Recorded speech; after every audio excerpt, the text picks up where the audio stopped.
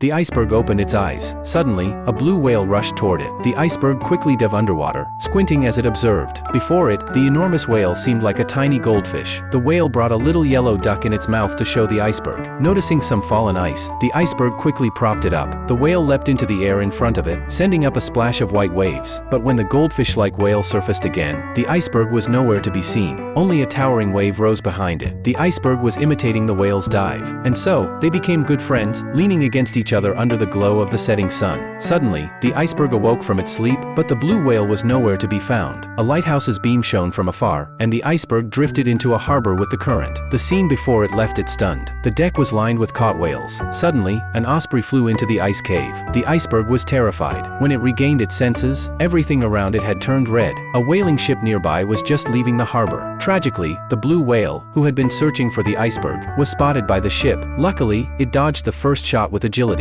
but despite its desperate attempts to evade, it was still hit. The whaling ship seized the chance to continue the attack, launching another harpoon with barbs. The blue whale closed its eyes in despair. At that moment, the iceberg arrived, shielding its friend from all the attacks. Seeing the floating little yellow duck and the reddened sea, the iceberg was consumed with rage. It suddenly surged out of the water, leapt high, and crashed heavily onto the whaling ship. By morning, the sea was strewn with fragments of ice and wreckage. The blue whale found the dying iceberg. By now, the iceberg had grown to the same size as the whale, staying there until the sunset once again turned the sky red. Then, reluctantly, it left the waters, for it knew that more whaling ships would come.